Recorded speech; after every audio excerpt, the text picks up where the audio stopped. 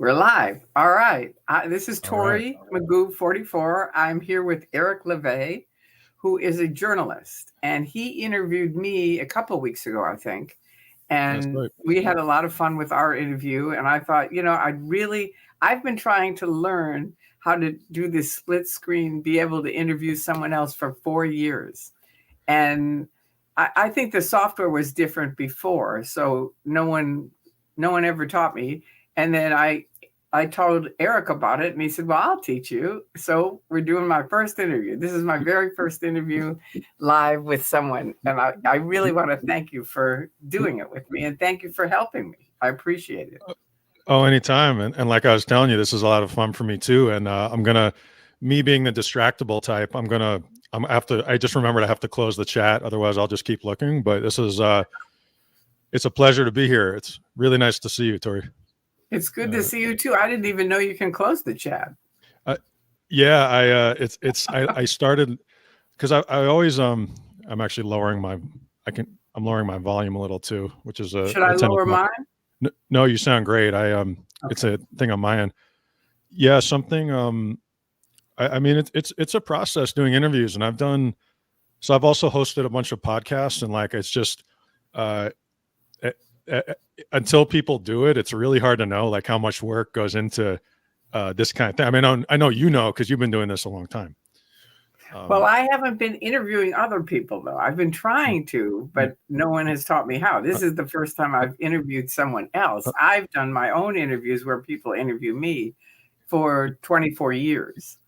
But because I escaped out of Scientology in 2000, and people always hear the word escape, and I just realized that today that's why they think I'm Sea Org, because people always ask, were you on the RPF and stuff like that? And I'm like, no, I was public. But I just realized that's probably why, because really, I don't think I've ever heard another public, maybe there's a few, but not many that have had to escape out. But my thing was that Scientology is like a triangle, and I was like way at the top, and I knew a lot of top secret stuff. And that's why I had to, they chased me across the country. And literally in Los Angeles, I was still a Scientologist. By the time I got to Tampa Airport at 1:45 in the morning, I was an activist. That's unbelievable. And that's, I know when we do another interview, because I remember you and I at the end of the last interview, we talked about, we'll go into what happened. Like we almost like ended at the perfect point, which was when you left. And I know the next time we're going to talk about, or today maybe, or whatever, we'll talk about the fair game and what happened to you when you left. Right. But we can talk about anything today. But I want to find out about you, because this is your interview. So I want to find out about you. And for the people, I apologize that I'm not saying hello to everyone, but I am saying hello to you and thank you for coming on. And love it. Thank you for being here. She's my moderator. Okay. And anyway, I appreciate all of you, but I'm going to just concentrate on this young man, because I'm lucky enough to be able to interview him. And he was kind enough to say so. So here you go. So tell us about you. How did you get into journalism, first of all? Yeah, for sure. It's a long story. It was an accident. But basically, I was doing a bunch of podcasts, and I have like an entertainment background, and so I started working with a reporter, a really talented reporter named Scott Stedman, and he was on a podcast I did, and so we started working together, and we put together an independent news outlet and launched it. And the short version is, over a period of time, I was watching The Journalist, and I was like, wow, this looks really interesting. Like I was having fun interviewing people, and that was a lot of fun for me. But I was watching what they were doing, and I was like, wow, I'd already been a professional writer, but in entertainment, like I wrote a TV pilot that got made. Like I've had an interesting wow, career. Really? Yeah, it was if I do write a book someday, I think people will they'll get some laughs. Like I wrote like a prank show, like a sketch comedy, and prank show that got made. Well, one episode got made. And then, so I was like, wow, journalism looks interesting. And I started writing, and Scott and I started writing together. Long story short, I started to get from that offers to work, and I just learned it as I learned it as I went. My first solo byline was about the White House press secretary at the time, Kelly McEnany, when the PPP program came out, the Paycheck Protection Program, which is also how I started writing about Scientology. What is that? So during the pandemic, the government launched these loans called PPP, or Paycheck Protection, which was to, it was part of the CARES Act, which was this big bailout, to help people because, everybody was hurting so bad. And that's how I started. That was my intro to Scientology in terms of being a professional, because that's when I wrote about how Scientology got those. I wrote a 3-part series about how Scientology got a bunch of these loans, which were designed to cover employee, paychecks and stuff. But anyway, so my first professional story on my own was about how the White House press secretary's parents got one for their roofing company, which went super viral. And then it just happened. I just started getting work. It was like the work I was like turning away work almost, like, well, not that bad, but it's just. And, that's why I always try to help people in reporting. Like, people are interested because it's like, it was an accident, what happened to me. And if I can do it, it's like, there should be no gatekeeping, no barriers. All you need is, you just have to be a little bit mad at what you see in the world, and you have to know how to write, but you can learn that. Yeah, true. Very true. That's a very amazing story. So the entertainment side of it, I'm curious about what that was because of the pilot. I did a lot. Like I'm in a couple of weeks, I'm playing guitar with Lara FM at the Viper Room. So I'm gonna put that out there. If you guys saw that, what days? Say the date so they know. So I think it's Saturday. Tori, you're coming, right? Because we want to see you. We want to see you at the show. Yeah. I think it's Saturday the 17th at 8 p.m. I think it's the 17th. Yeah. Okay, good. I played in the last show too, which was a lot of fun. So yeah, I do a lot of stuff. I like to, I try to stay active, keep creative, but I was always, I don't know, I was really just creative and got into the reporting by accident. And I look at reporting with a mindset of like music. I just kind of see it sometimes, even when I'm writing a story, like this is hard to explain, but you ever kind of like your mind mixes things. I see it in like musical terms almost, or. No, I get it. Yeah. I get it. Yeah. Yeah. It's kind of amazing how that works, isn't it? How accidents sometimes can be the biggest leap. Like for me, I had made a few videos, not many. And then Anonymous showed up in 2008. So I've been speaking out since 2000. And Bunker showed up and he goes, here's your webcam from Anonymous. And I said, what am I going to do with a webcam? And he goes, well, we're going to start your YouTube site. And I said, what am I going to do with the YouTube site? And he said, well, let's make the first video. Tori Magoo has a YouTube site. So we did. And that day it turned out there were 500 anonymous people protesting here in LA, 9,000 around the world in every major city. And those guys pushed Tori Magoo 44 around the world for like 6 months. I was the most spoken about, the most looked at in all these different countries. I mean, it was really amazing. And I asked them, I said, why me? And they said, we liked your video, and there weren't many videos out there at the time. But it was sort of an accident, the same kind of thing. I went from 0 subscribers in the morning to 10,000 by the night. Isn't that wild when that happens? It's like, a happy accident or whatever the right phrase is. Yeah. It's always so a surprise, but good. It is surprising. It must have been an amazing feeling after all the time you spend in Scientology. And then all of a sudden it's like, oh, you've got a huge fan base. It was unbelievable. Unbelievable. So for you, now, were you born in Los Angeles? From the East Coast, so I'm from like the tri-state area, like that area, New York, Connecticut. Yeah, that's what I thought. You kind of sound like you're from that area, but you live here, right? Yeah, I do. I live here. I've been here a long time. I came out for entertainment originally, so I've been here quite a while, though. I always feel like a transplant. For me personally, I always kind of, where I'm from is, I just feel like there's many things that are great about Los Angeles. It's a great city, but I can't say I don't necessarily feel like I live here, if that makes sense. That's a common thing in LA. It really is. And I always tell people that because I grew up in Chicago. And Chicago is people are very welcoming. They're very loving. I mean, I don't know if they're all loving, but they seem to me where I grew up, my husband used to always say, my ex-husband now, but he used to always say, I'd say I'm from Chicago, and he'd lean in and he'd go, she's not from Chicago, she's from the suburbs. He had to add his little dig on that. And he really had a thing on me being from the suburbs, which to me, I don't know. It was a different life. It was. Mm-hmm.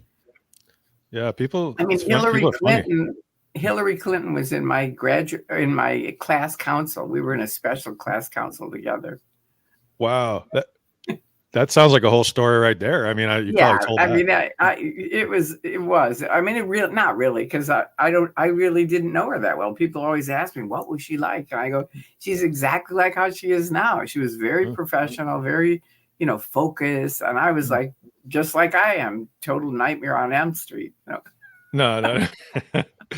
No, she's, probably the most, she's one of the most powerful, I know people have all kinds of thoughts about her, but one of the most powerful people in American politics. I mean, her incredible accomplishments and, whatever people thought politically, I'm not into that. Well, I am very much into politics, but no, I hear you. Yeah, if that makes sense. But this is a person. She's kind of amazing. She really is. And it's fun for me because my high school friends are still hanging with her. You know what I mean? That we were in high school together. And one time I asked them when she was running, I asked them one political question, and she said, we never talked to her about that. Huh. Interesting. So they're just like friends, Well, it's important. I mean, the higher up you go and with fame or notoriety, you people, I've seen that before. You need some people around you to, not because everybody wants something from you, especially someone like her is so, she's so famous. Yeah. Now someone just said this. It's a good thing Eric hangs out with someone whose name reminds him of where he's at all the time. I don't know what that means. I am not, but I'm slow naturally. I know. Here's the quote. This is the quote. So this is you need to clarify that with us because we don't know what that means. and the next person, this is what they say. Oh Lord. Or not if it's going to involve my address being shown anywhere. No, I don't know.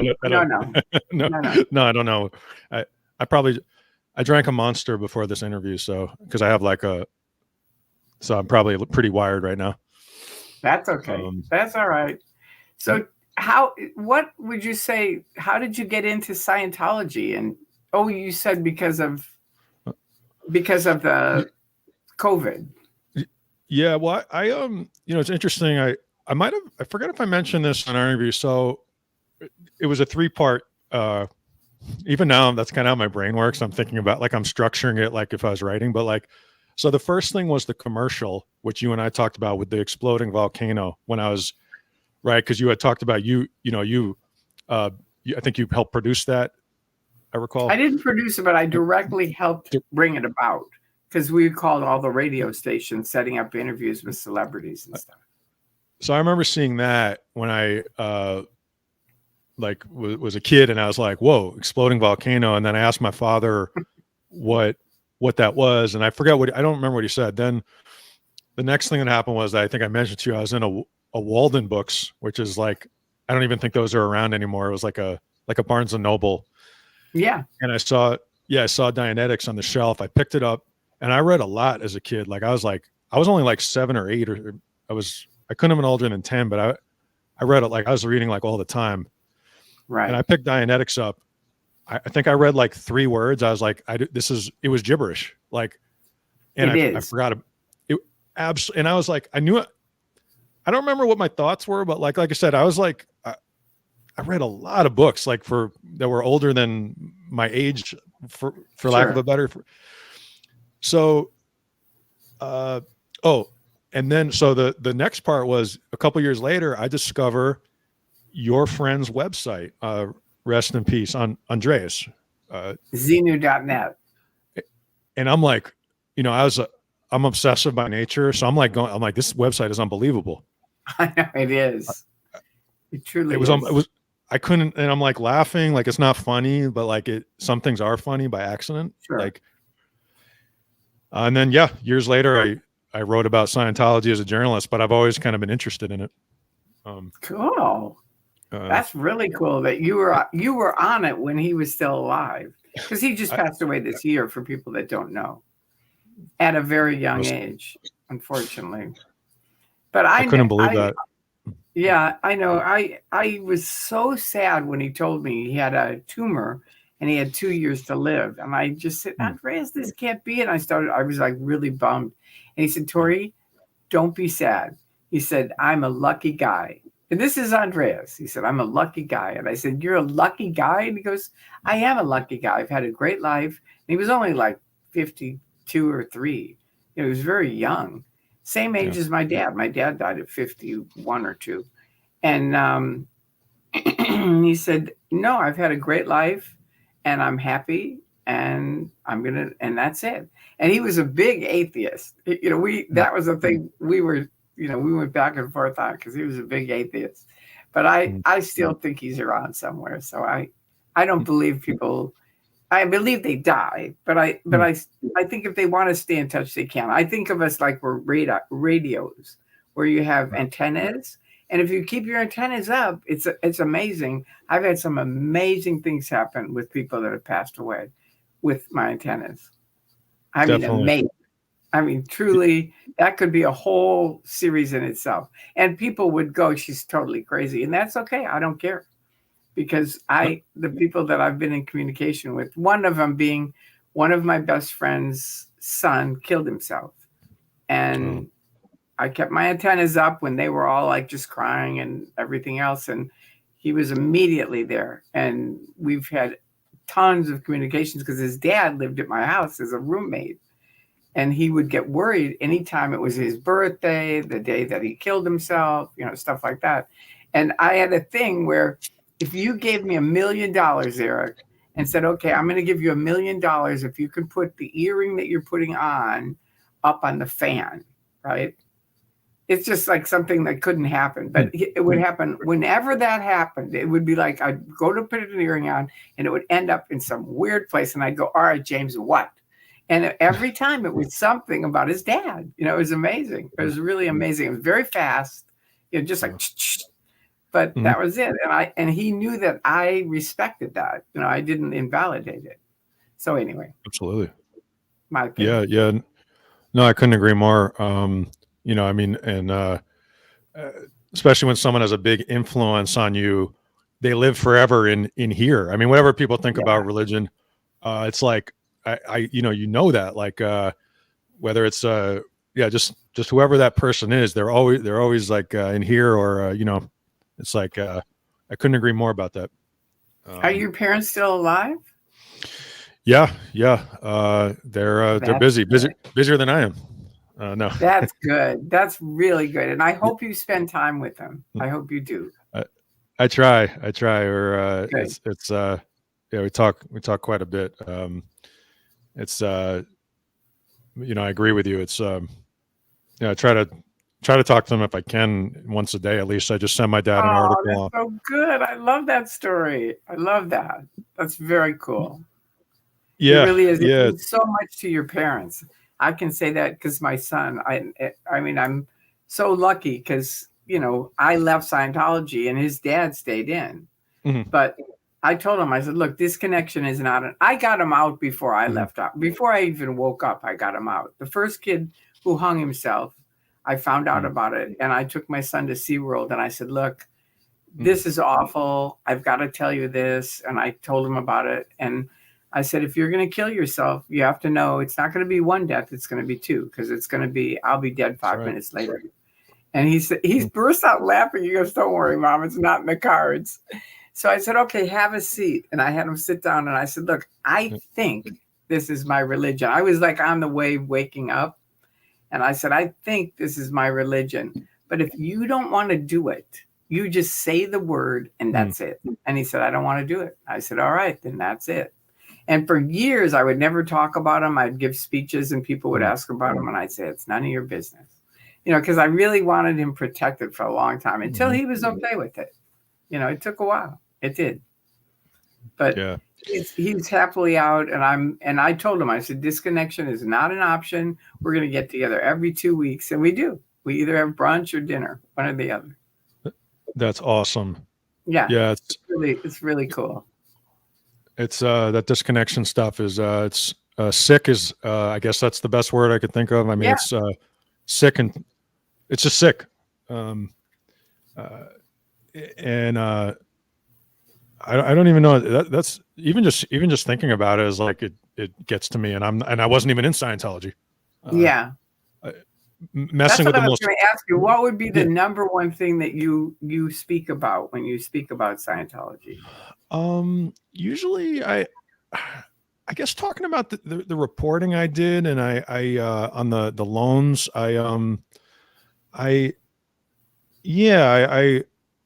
guess just as a reporter, I usually just tell them about the work, and this is a nice forum, because like this is one thing I like about broadcasting is like this kind of thing is we can have more of a different kind of conversation. But yeah, if somebody else asks me, I usually just tell them more about the protests, which I've actually really, I forget if I asked this in our interview, but I've always been really curious what you thought about this, for lack of a better phrase, this new generation of protests with the streaming, and because you saw some of the other ones.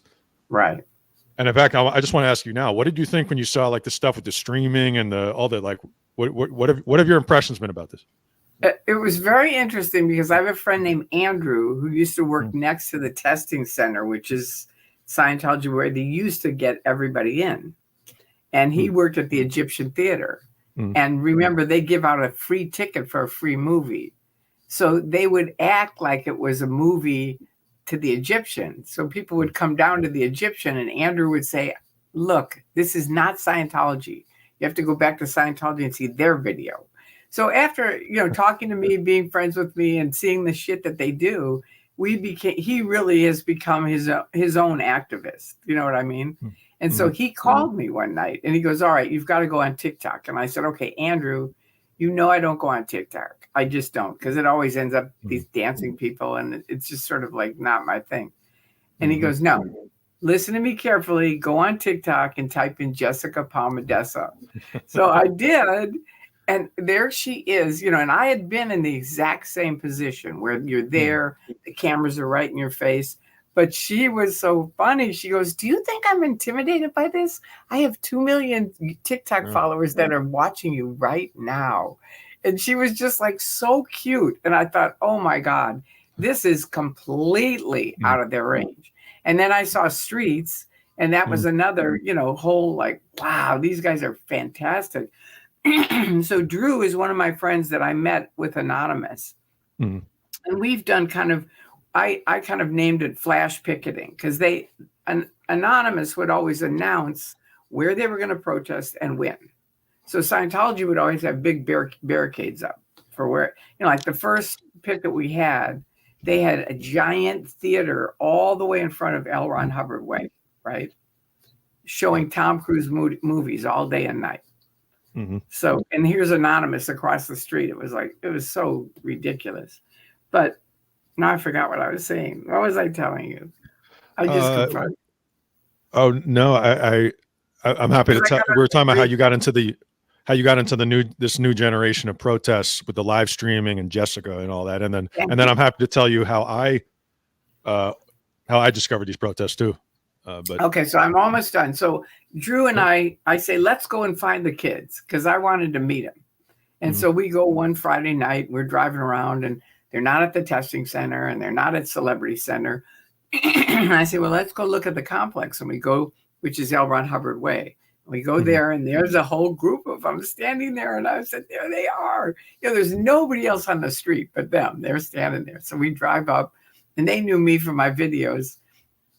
And I said to Jessica, could you come over to my house and teach me how to do this? Because I had no idea. And I had sort of quit videos because during Anonymous, a lot of the activists learned how to, like here's Hemet and put a picture up and here's Eric Levai and, how to just do stuff like that. And I don't know how to do that. So I just thought, okay, I'm done. And so she came over and I told her that. And she goes, no, you're not done, Tori. She goes, nobody gives a shit about that stuff anymore. You tell your stories. That'll be plenty. And so that's what I started doing. I thought, okay, I'll tell my stories. And it's ended up being my grandfather was a really great storyteller. So a lot of people say, wow, we really like the way you tell stories. And my father was great too. He was on TV as an NBC broadcaster, but funny. That's why my YouTube site is called Tori Magoo 44, because my name is Tori. His nickname from me was Mr. Magoo because he looked funny on TV and he had little eyes and stuff and he was funny. And then 44 is his football number, which I always show to people when I say it. See, this is Pro a card. football. I never knew he had these cards. And this until I left Scientology. They never said a thing. They never did a thing. And one of the ex-Scientologists went to a athletic store and found out he had 4 different football cards and bought them and mailed them to me. Wow. Yeah, he's one as that 44, one is a broadcaster, one is a Green Bay Packer, and one is, I think he took the Packers to the Super Bowl as a broadcast or as a I don't know. When he was playing with them or something. I can't remember his history. It's difficult. But incredible. Yeah, I mean, it was neat that they did that. I thought it was really cool. But anyway, that was how I met them. And Jessica came over here. She's incredible. She's like grease lighting. She comes in. We got to move this. We got to do that. We got to set this up. I've got my phone. I got another phone. Okay, we're ready. Let's go. Here's the questions. And these people start sending in questions. And we just did our first video together. It was really great. I just absolutely love her. She's very funny. And both of us agree that humor is a good part of broadcasting, because if it's too serious for Scientology, it's just too much for people. I couldn't agree more. I was just thinking about another an activist back east that I admire very much, who named Anarchy Princess, who uses it's a great. It's the same thing. Yeah, she effectively uses humor. And just like that's why her stuff goes viral all the time. It's like she had something with Peter Navarro because it's just funny. Like it's very funny. Right. So how did you meet the critics, the live streamers? Yeah. So that's interesting too. Like, so I've been in this area, like not, close to these protests for some time. And, so the short version is, so Streets, William Good and I have been friends, before the protests. And William and I I think we got active in what we do now around the same time, if I remember correctly. So it's around 2020. And, so I love William, I look at him like, I just, have a lot of admiration for him. And, so the night that like Generation 2 started, or these protests or whatever you want to call it, when he put up the video of the security guard telling him to move in front of the test center, which was like, I was at home and I'm looking at that and I'm like, oh man, what? Like I was just like, I was actually thinking about that before this interview. And I was like, my reaction, I was like, oh man, like, I can't believe they just did that. That was a really bad idea because this is Film the Police LA. Do they know who this is? And look what happened. Like, obviously not. I literally, and I've often wondered if anybody knows, or do you know something, like, did they exile that security guard to like like what that must have been like a penalty, honestly, for, it's always hard to tell. They could either have him in the back room or they could be on the RPF, which is their slave camp. I don't really know, but I don't think they exiled him. It's just they probably gave him a penalty or whatever, or they just have him now. We need you in the back room forever. Yeah, it's like you literally picked the worst. You couldn't have picked the worst person to ask to move. The worst too, because Streets and Jessica she's funny as shit. She's really funny. She's great. Yeah, very, very smart, savvy. Yeah, so the two of them together, it was like, whoa, talk about wrong targeting. Yeah, and I was working a lot at the time so that was like, I think in April of, I forget, 22 or so. So as a side note, so journalism obviously is a field that does not, it's kind of a disaster now and it's never paid much. So around that time I took a job my job title was digital analyst, but I worked for a nonprofit investigating terrorism. So in the United States. That's intense. Yeah, it was really interesting and a very rewarding job. And when I say terrorism, I mean like domestic terrorism, like the people who attacked the Capitol, things like that. Yeah. So I never had any time. That show Blacklisted on Netflix, and it sounds like it's similar.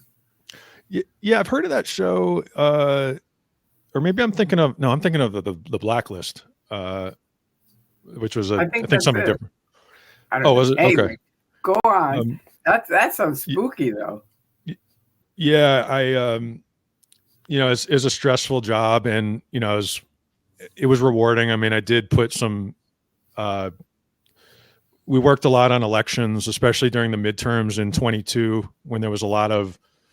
We worked to safeguard, if there was disinformation or things that were going around, we worked on that too. I put some people in jail who were going to try to kill like federal judges, which I'm very happy to say. Wow, good job. Yeah, as soon as and it's kind of like the only thing about that job is like you're kind of like, I don't know, like I don't personally care, as people can probably tell. I put my name on everything, and so that job is a little different. You're like, a lot of people who go into research don't want to be known at all. And my feeling is like, we should be public. So that was, I don't know. I forget what my point was there, but there's one guy now who's sitting in jail. And I just like, as soon as that gets all worked out and they convict him and he's done, I'm going to definitely like let people know that, that was me, because I used to joke about that with my boss there. Cause I was like, no, like I want them to know, like, I'm not afraid. It's like, you're an activist, right? You're not afraid to say I'm Tori Christman. I put my name out the night that I left and my phone number, because I knew Osa would if I didn't. Yeah. The biggest power that powerful organizations, corrupt organizations, the biggest, what they have is fear and intimidation, right? Like, right. And you take that away from them, or dangerous people or terrorists or whatever, you take that away from them and you just see the losers that they are, the absolute losers that they are. Thank you. That's how bullies are. Right. It's the same kind of thing. My dad taught me that. He said, because I always hung around with the guys because I had two older brothers and their friends and a couple of my friends, but we always hung around with them. And he said, look, I'm going to teach you about bullies. And he said, here's the deal. Anybody that'll sit down at the table with you, as long as they'll talk to you, it doesn't matter if you disagree. That's okay. That's part of life. But the guys that won't sit down at the table, those are the guys that are bullies, and you don't need to worry about them. You don't need to talk to them. Just let it be. And that's what part of what helped me wake up, because I thought Scientology will not sit down at the table with you ever, ever. Yeah. David Miscavige, you will never, ever sit down at the table with me, ever. I dare you. I've invited you. I've told Bill Yachty, come on over. Bill Yachty told me I will never disconnect from you. And then he immediately did. As soon as, it's like Scientologist. And my husband, it's like my ex-husband.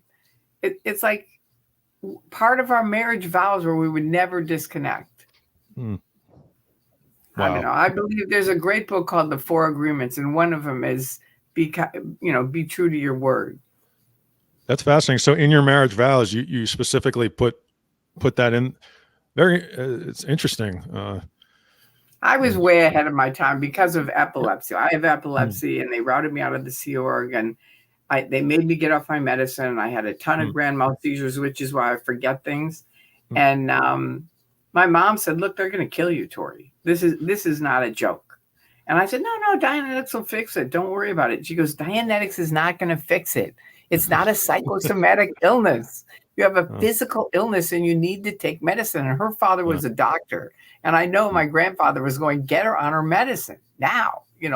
So she told me, and I was sort of like blowing her off. And she said, "Okay, what are you doing tonight?" I said, "I'm going out on a date." And she goes, "Okay, I'll call you tomorrow." And she called me the next day and she goes, "How was your date?" And I said, "What date?" And she said, "Okay, that's it, Tori. Either you're on your medication today and your doctor calls me and says you're on your medication, or I am going to personally fly from Chicago to LA. And believe me on this, Tori, Scientology and L. Ron Hubbard will never forget your mother." And I knew my mom. She could get serious ass. So I was like, all right, I'll take that. And who wants to have seizures anyway? But I always mention it because any parents who have children in a compromised situation or group, get on it, stay on it. I would have been dead. The other guy that has epilepsy, they got him off his medicine and he's dead. So it's really important to stay on it as a parent, no matter how bad they are. I don't care. It doesn't matter. That just like my mom, she was like, "I don't care. Either you are and your doctor calls and confirms it, and not, or I'm going to fly out there." Yeah. I remember we were talking about that on the last show, just how like how important that was. And I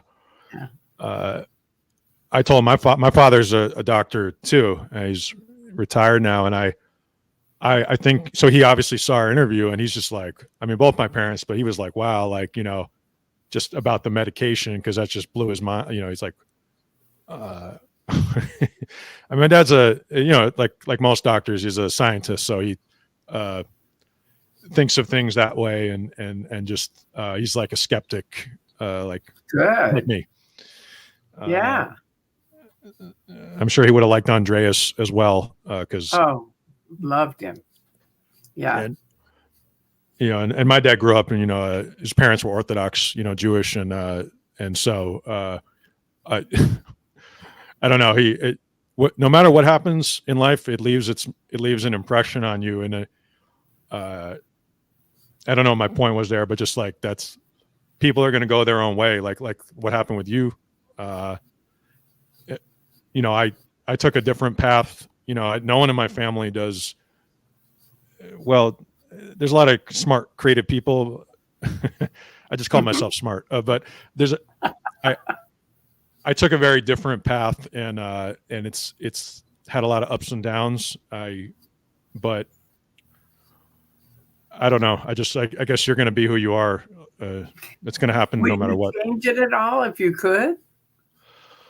A little more. Things I'm still working towards. A little more stability, a little more money, and but I'll get there.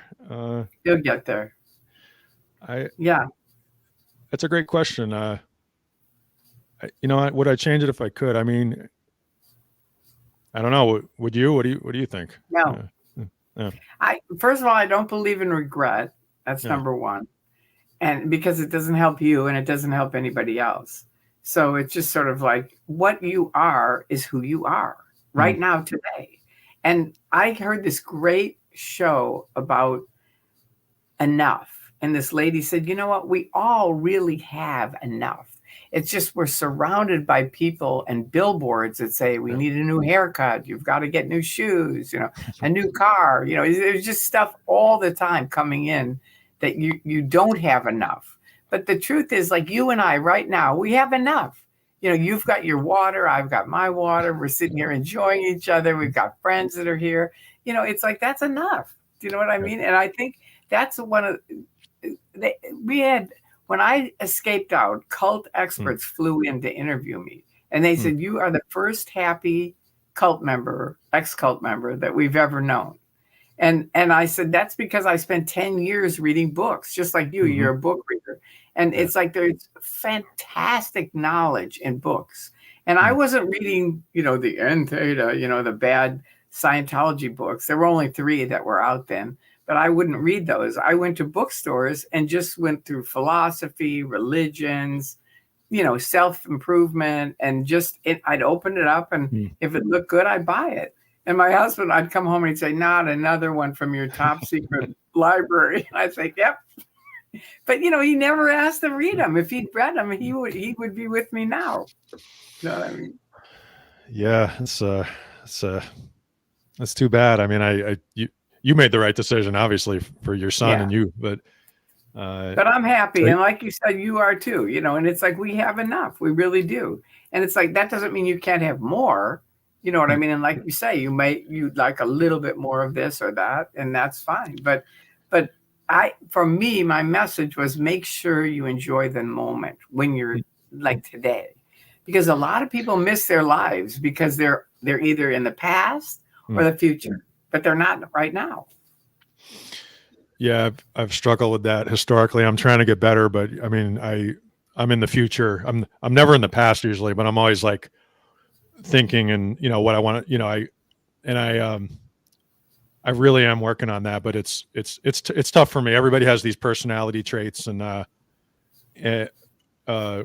my ego and my ambition has hurt me sometimes. It's that's why it's really important to have people around you. I met someone recently I like, personally, and that's important because and I've heard that I don't have kids. I would like to someday, and I've heard that you could, I'm sure, comment on how it maybe takes it out of you because your kids need you, so you have to think a little bit about yourself. That's what I've heard. I'm sure you'd have a lot more to say about kids than, because I don't know anything. I love my son. I mean, he was such an addition from the day I got pregnant. I was like, I never knew what I wanted to do until I had my son. And I was like, this is it. It's like this, that's my favorite job of all the jobs I've had. I love being a mother as a baby, when he was a baby.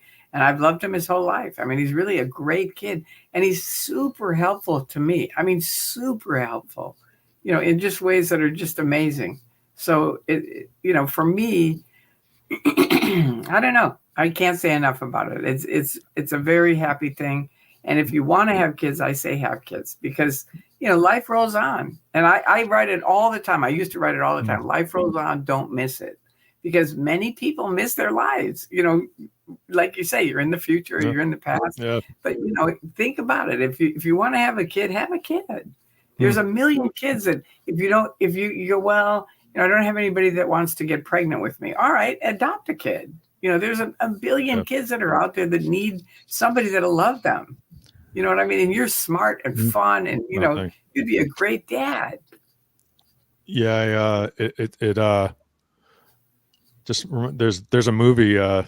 Mike Judge made a movie called Idiocracy. I don't know if you saw them. I have. About how it's now the way people look at it now is like basically like almost like this guy was in the future. Like it was just one of those things where it's ahead of its time. Like I literally ahead of its time in a way that's like it should win like an honorary Oscar. I highly recommend. Wow.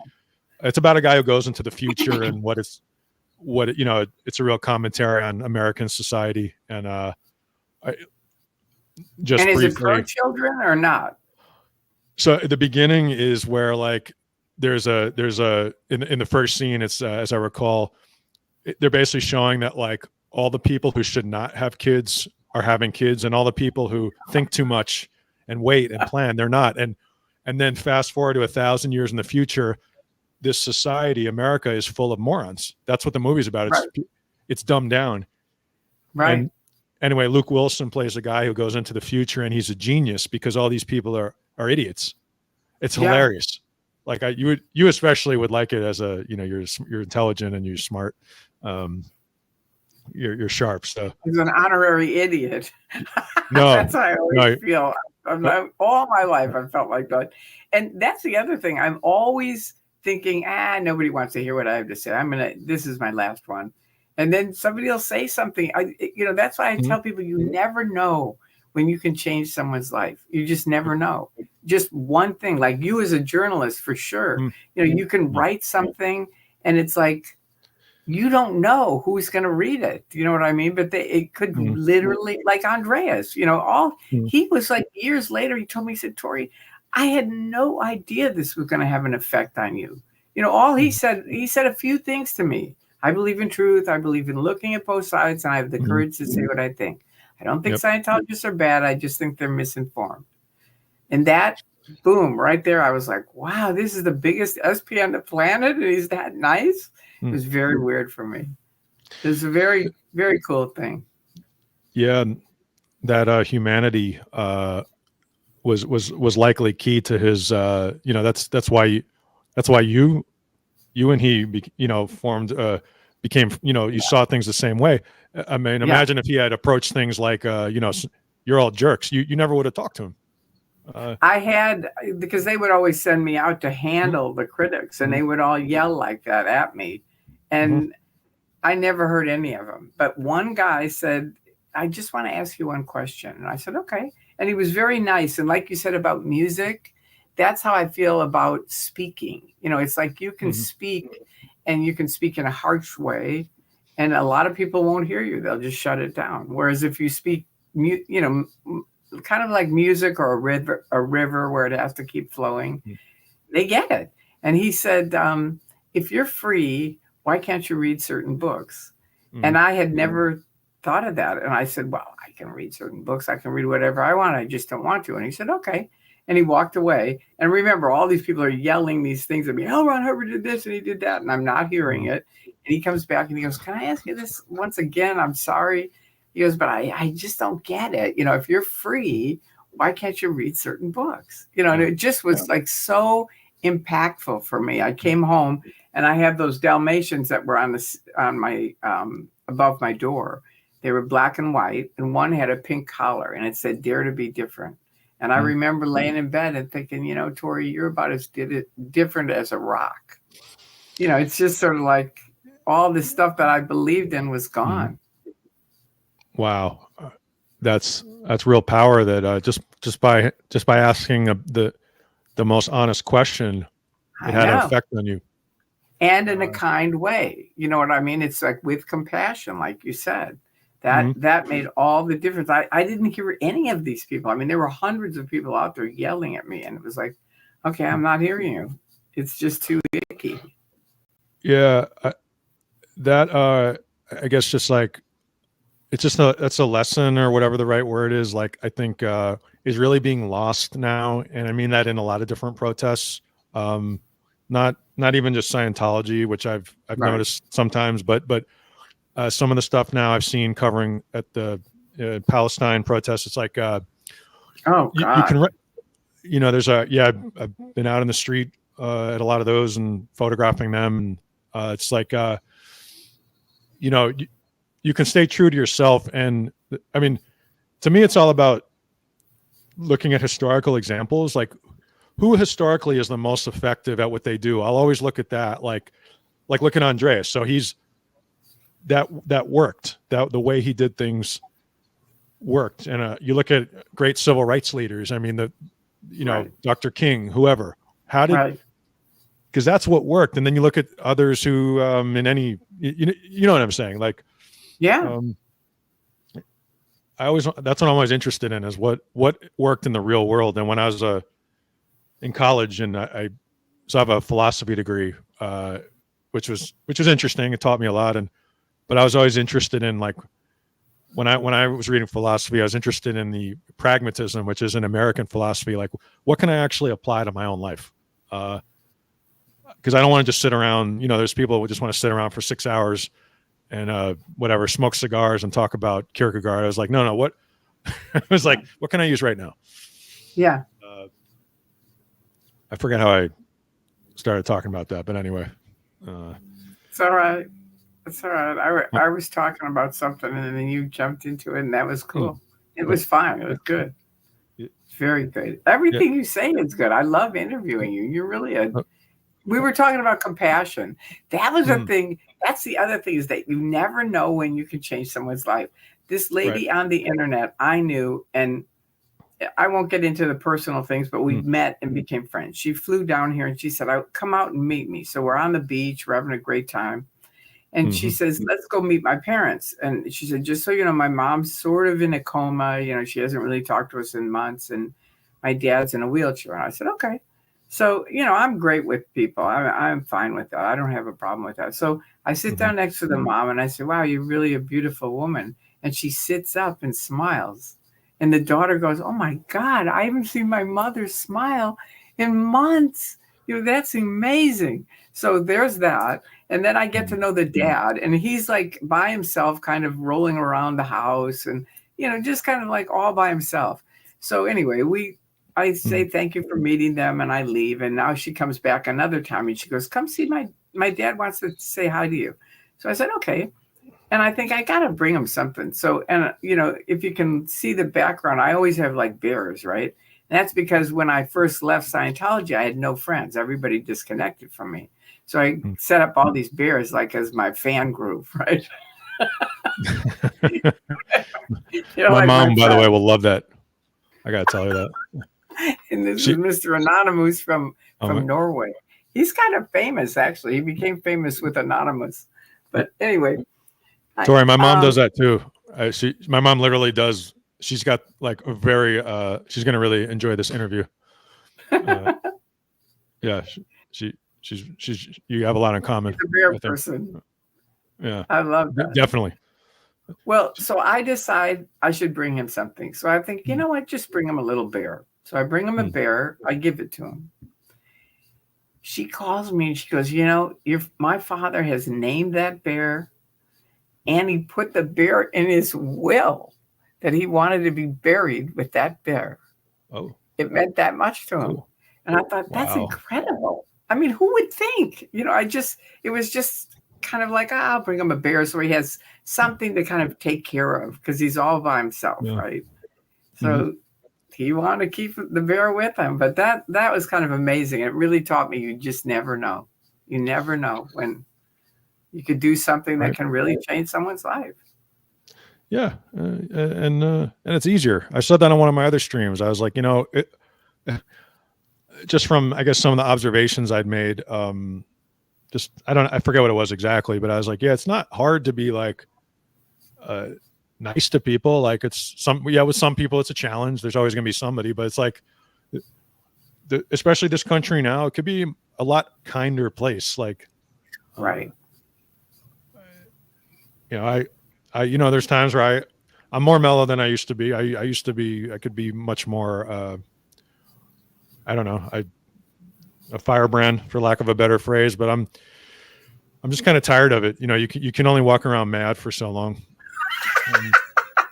Yeah. I mean, look, that's me. It's too much energy to be mad. It really is. I agree with you. Yeah. I'd cover just a lot in my professional life. You know, just some of the work, I'd be all mad, and sometimes it would come out in the writing, and that's not a bad thing. It probably, and sometimes it helped me launch a career, but it's also like, it's just tiring. The journalism is a combative field, and it's not a bad thing. I mean, it's supposed to be adversarial by nature. But it also is like, you need to have a life. You need to be able to walk in the woods and have a life outside of this. Yes.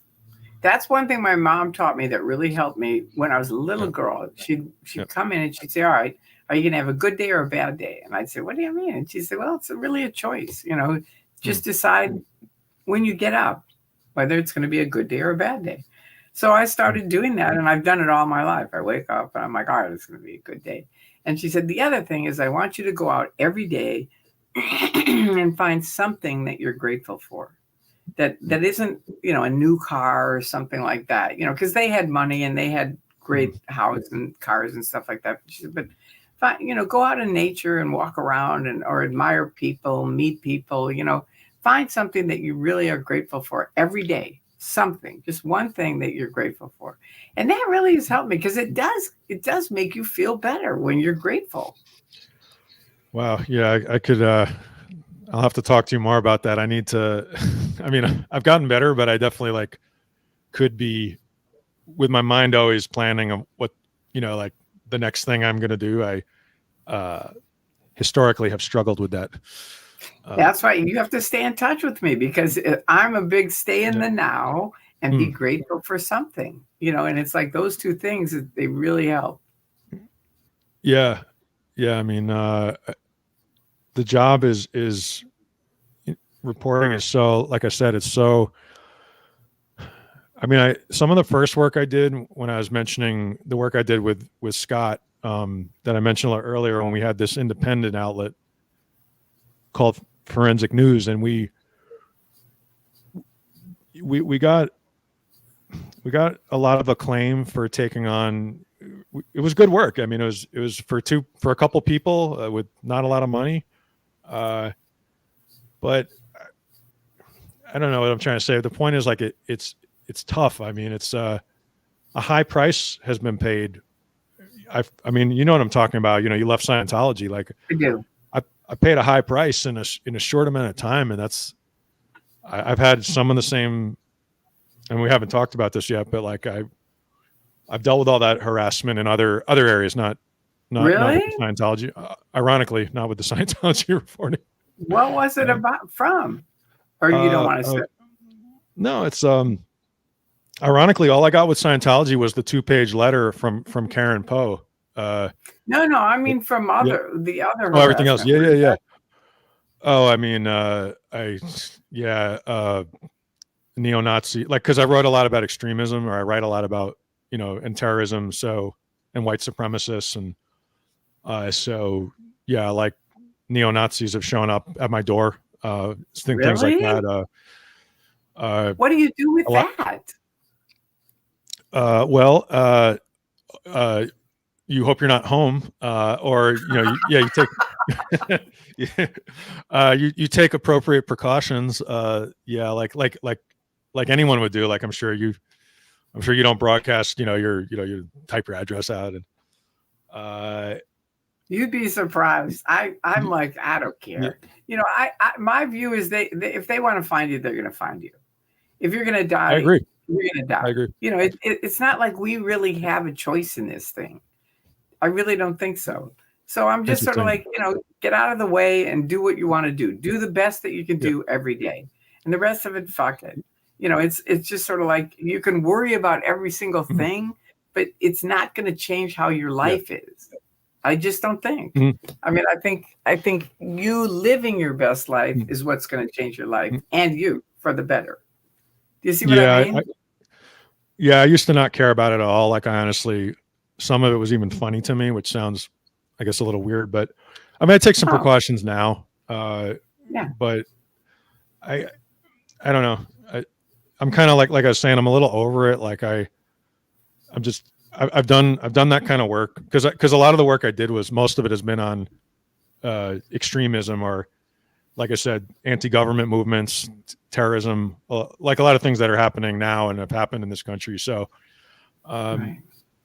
but those people, they're such losers. Like after a while, they're bums. They're a joke. Like anybody who the field of reporters who write on this is relatively small, and most of us feel the same way. It's like it's like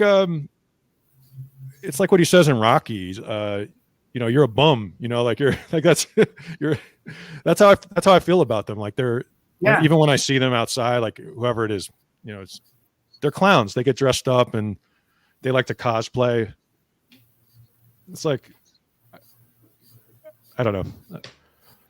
Not that I like leave my front door open or anything. I don't want to give that impression, but like they're a joke. I hear you. They are. And there's, the interesting thing is that there are very mean bullies. And I think a lot of them, just like Scientology, they get caught up in the peer pressure and they go along with it. Yeah. And it's like, you can separate them out. Like one time my car broke down here in LA and I ended up where the Bloods and the Crips are. And my son was totally freaked out. He was like, oh, God, Mom. And, we're rolling off the freeway into this giant gang situation. And I said, hang on, I can handle it. And so I get out and I say, all right, everybody get over here. Come on, huddle, everybody. And they all come over and I say, look, okay, let's get a couple of things straight. You guys know I'm screwed, right? So let's just acknowledge that. I'm a woman. I'm here.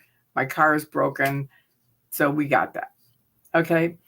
Now, the second thing is you guys live here and you know what you can and cannot do that might work. So you guys tell me what you want to eat. Jack in the Box is a block away. I'm going to go with my son and get you guys whatever you want to eat. And you guys huddle up and figure out what I can do with this car so it doesn't get screwed. And so I get my list of all the shit they wanted, drinks and shit, burgers and fries and all this stuff. And we go and get it. And we bring it back and they go, and I give it out to all of them. And they go, okay, here's the deal.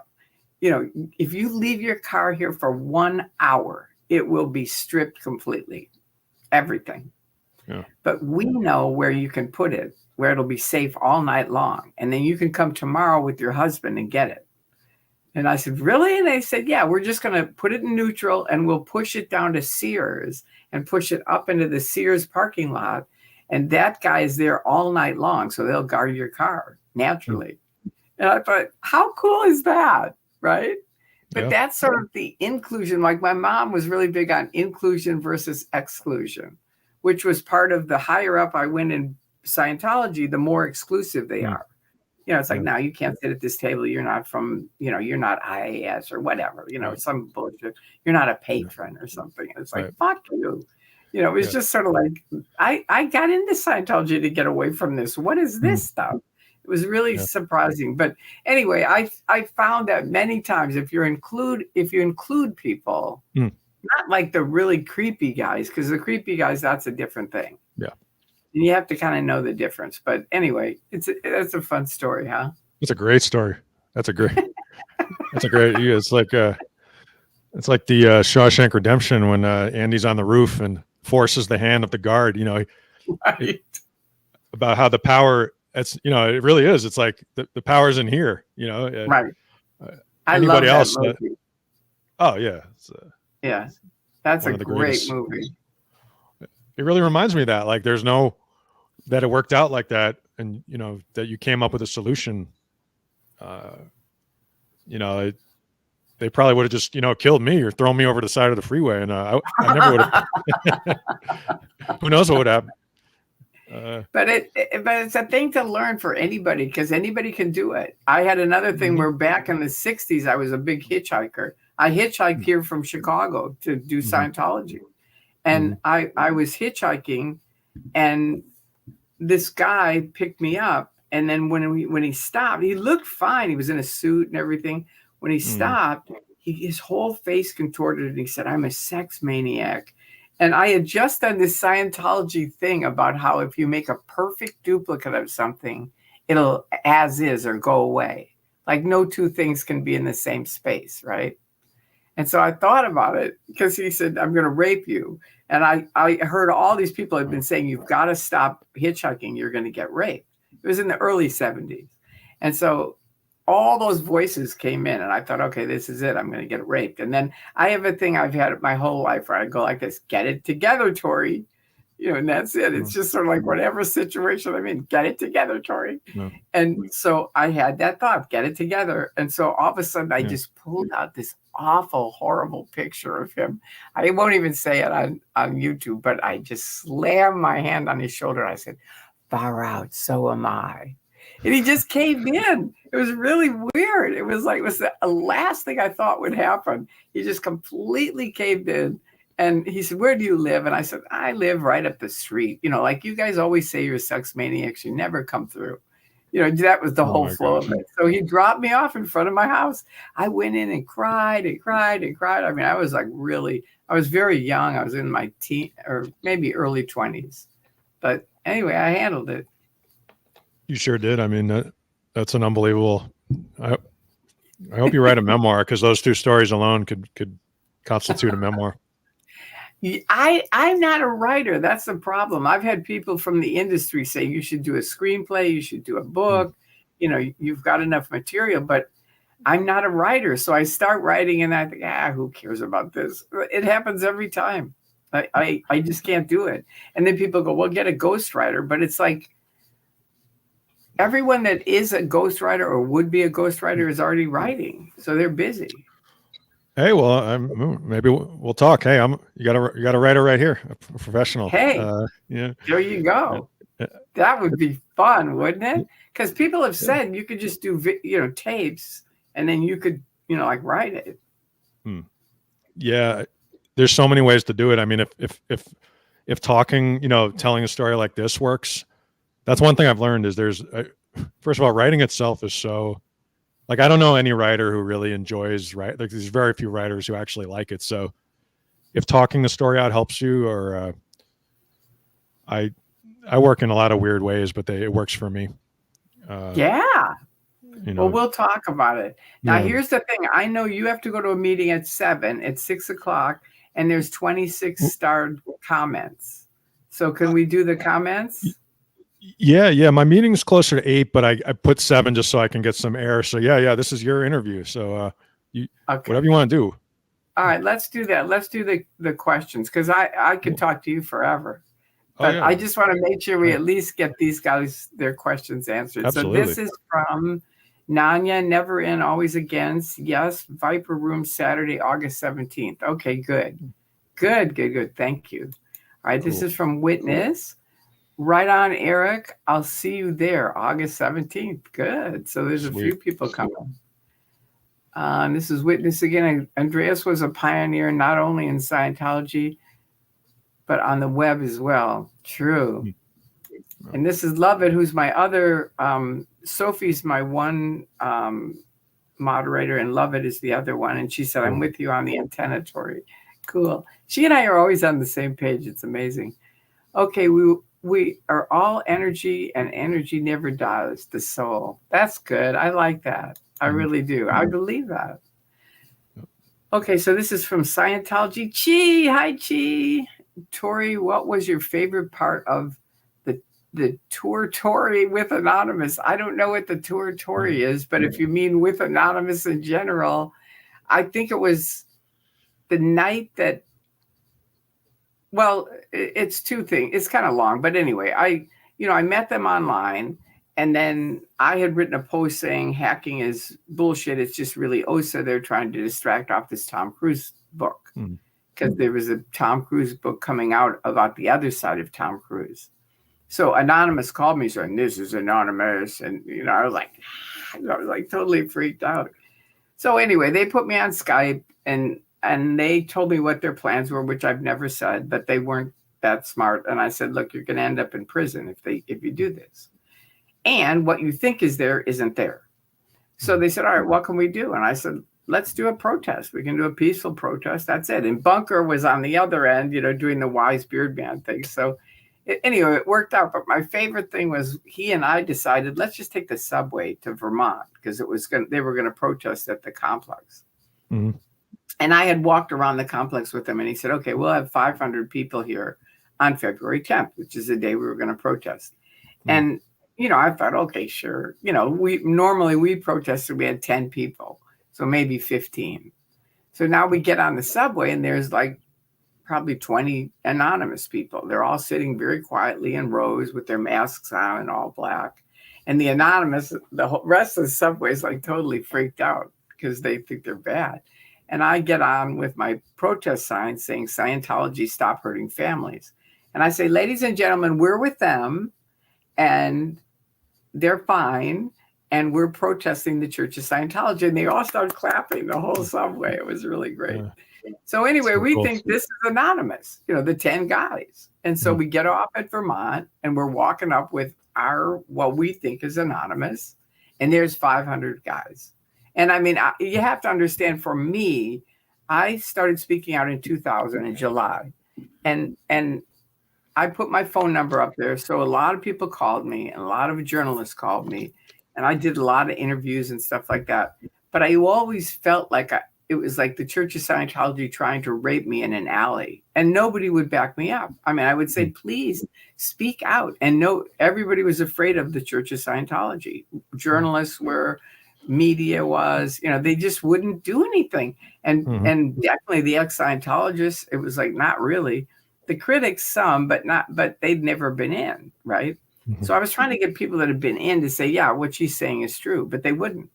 And so it was really weird. It was like four of us that were speaking out. And so all of a sudden to walk up and see 500 people with protest signs, it was amazing to me. I mean, it was the key moment in my life. I was just like, oh, thank God.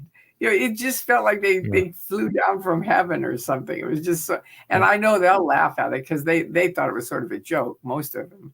But, half of them were like serious and really against the abuses. As we educated them, they got more serious. But they were really into fun, too. They were into fun, music, cake, that kind of thing. So anyway, that was my favorite. So great. That was my favorite thing with Anonymous was that, seeing them there. And then it ended up being 9,000 people around the world. So that was like awesome. We could use more of that. I mean, there was, the other day I was at like covering a protest and Film the Police LA was there, Streets, William was there. He's got so many different names now. I just say all of them. And I don't like, it's funny because I'm going to interview. Oh, actually, by the way, too, if people want to check out my YouTube, it's just my first and last name. So it's Eric Levai, EricLevai. I'm trying to build that up, and we got the interview with Tori, and we're going to have Streets on, and I'm having a guy on who was at the Fire Festival. So my goal is to just interview interesting people that I personally admire. Or you guys could follow me on X. Same, just my name, same thing. And you can check out my Scientology reporting. Oh, yeah, Levai, right? Yes. Okay, so I'm going to post this just here and see if this is right. See if it comes up. That's it. Did it come up? Yeah, sure did. I don't see it. And your mod started. Okay, so that's right. That's right? Oh, that's perfect. Yeah. Okay, good. Yeah, so everybody go over there and subscribe to him also, because remember, Scientology hates people subscribing to these sites. So that's one of the biggest things you could do is subscribe to people's sites, because it moves us up in the algorithm so that more people see it. So it's very important to do. So go over there after this and subscribe with Eric. Appreciate you guys doing that. Well, thank you, love it. Yeah, no, thank you so much. All right, so now here's from Rib Guy. Hi, Rib Guy. Oh, did you want to say something? No, all I was going to say was that I was at the protest and I saw William, and it doesn't really matter exactly what it was, but something happened that made he made me laugh in a very serious situation, and the point being, like what you were saying, like protests should have an element of I'm not a protester, I'm a reporter, but protests should have an element of fun. And in that moment, I laughed really hard at something William said in a serious situation, and I kept it inside. But the point being, like, that's being lost right now in the protests that I'm covering, specifically in the Palestine. It's like you can keep your values and also be welcoming, and that's why the Scientology protests, especially at the test center, got William and Jessica have talked about how fun it was, and that worked. So anyway, that's all I was going to say. No, it's important. It's very important. And I can see where with the Palestine-Israel thing, my brother's, the mother of his child is Israeli. So he goes to Israel quite often because their family is there. And I'm always like, I hope he's okay. But I'm definitely on that side of things. But I can see where people are very passionate on either side.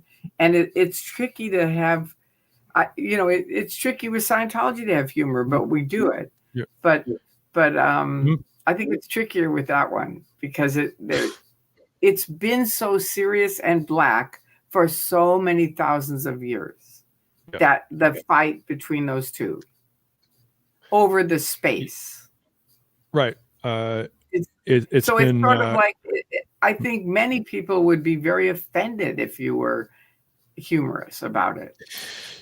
Yeah, it's I'm actually thinking now, like I also like I've done a lot of stuff. So I have a comedy background too. And I'm just wondering right now I'm not as plugged into comedy as I used to be. I'm just wondering what,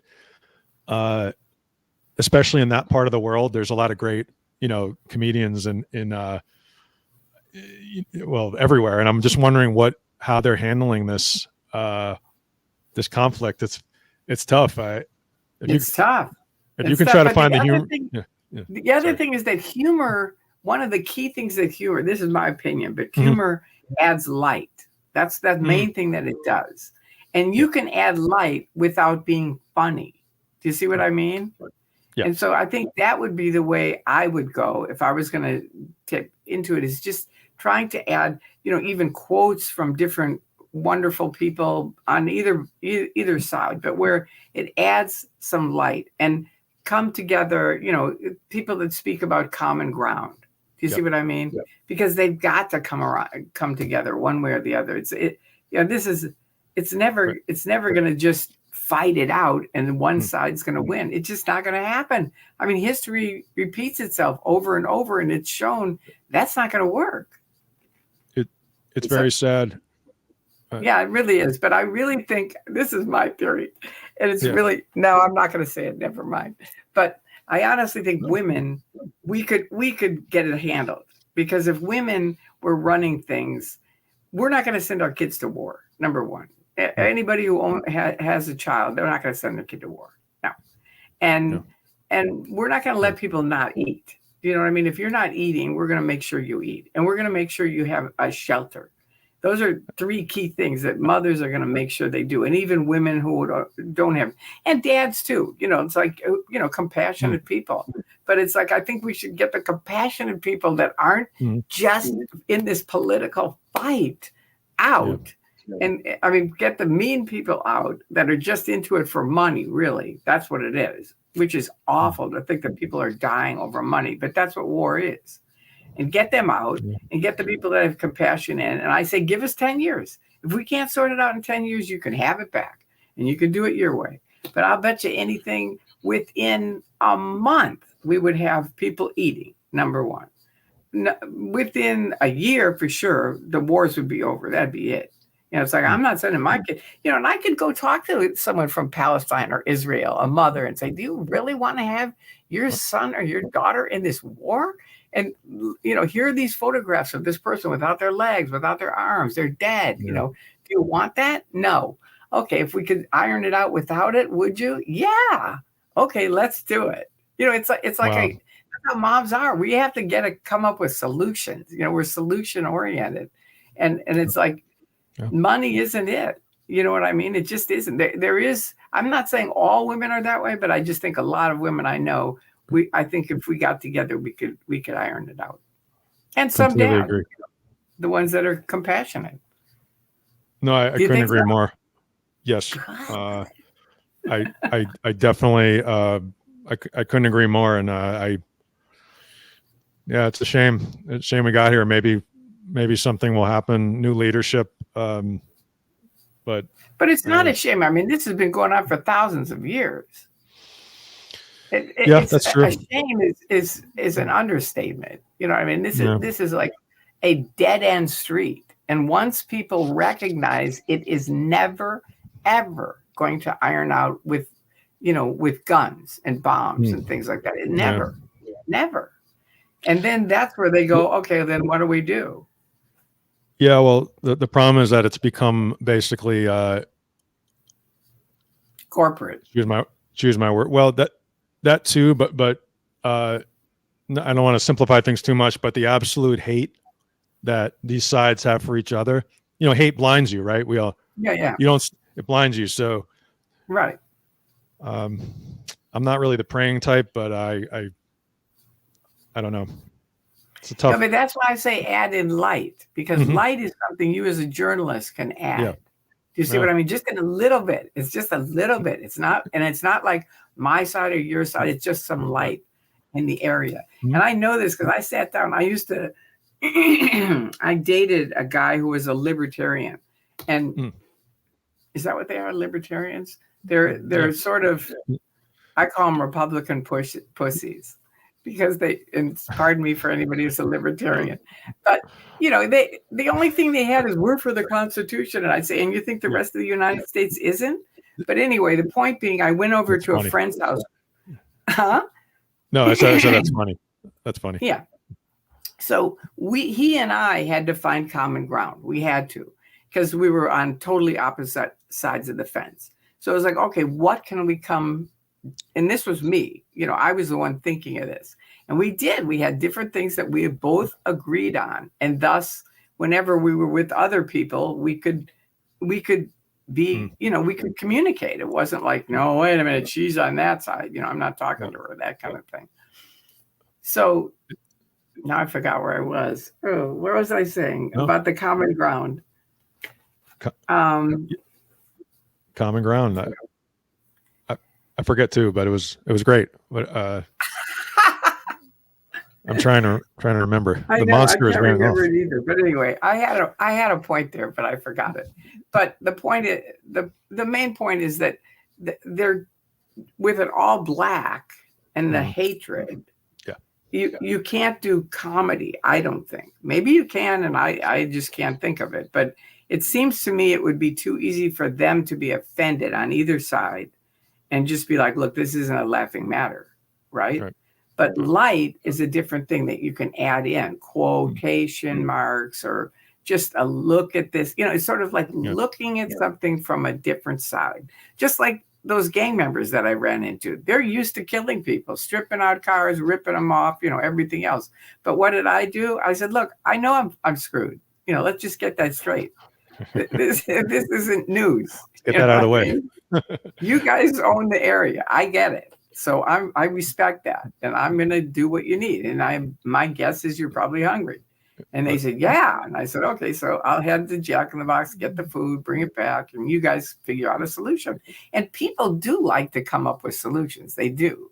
Because it fixes something. So anyway, that's enough of that.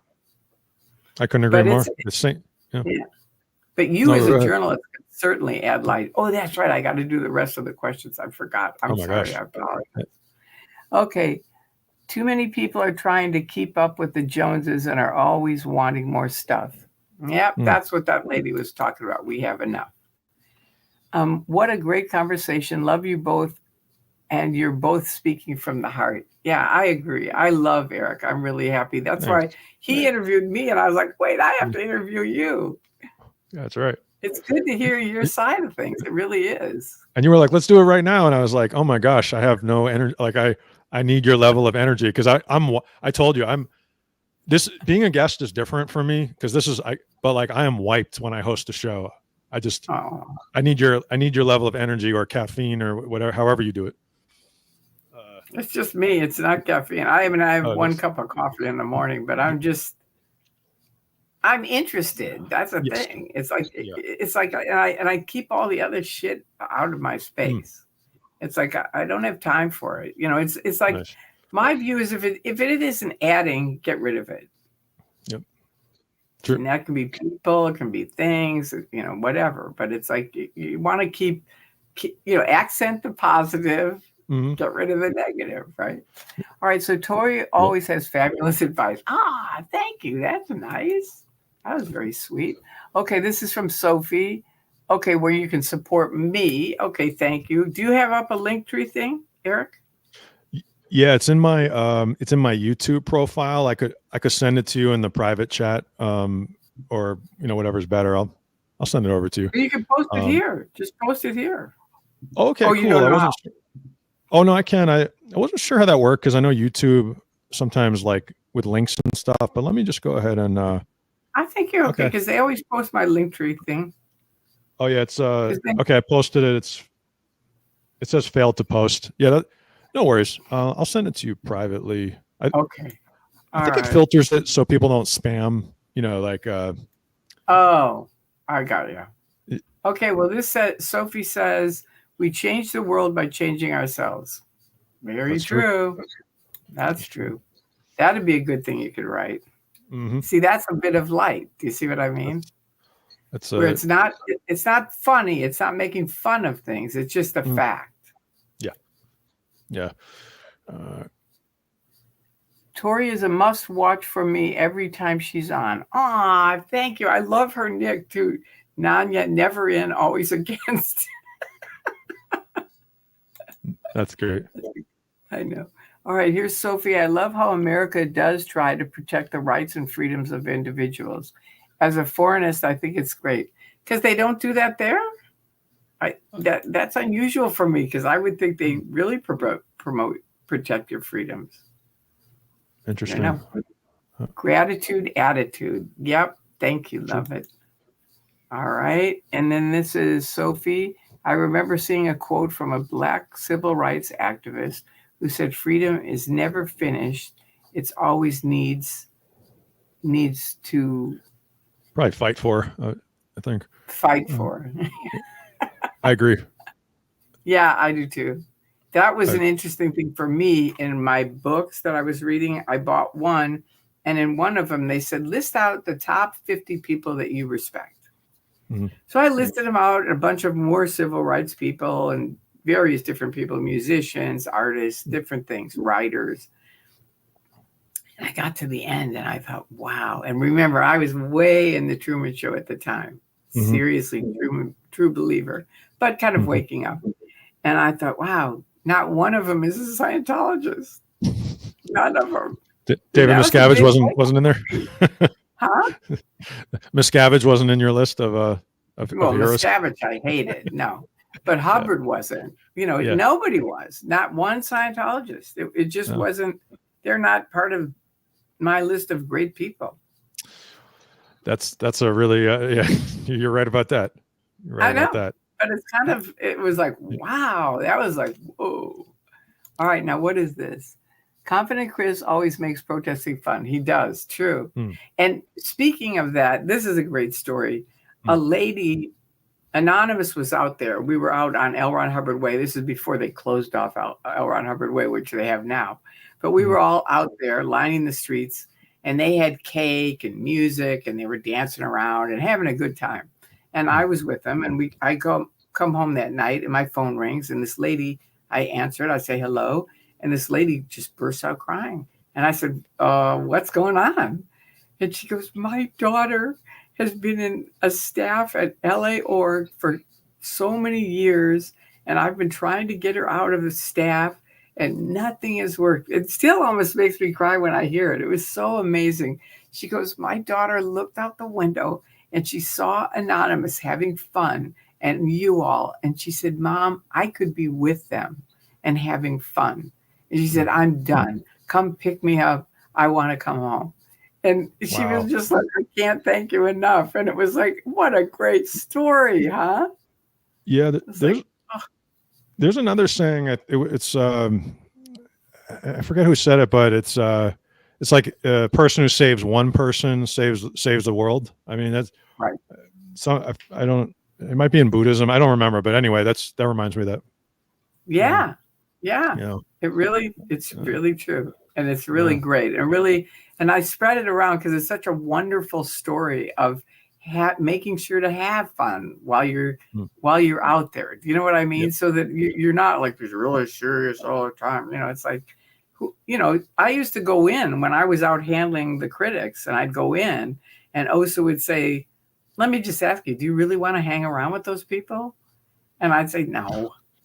I didn't. I mean, why am I going to hang around with a bunch of people that are yelling at me all day? Yeah. It was just sort of like, no.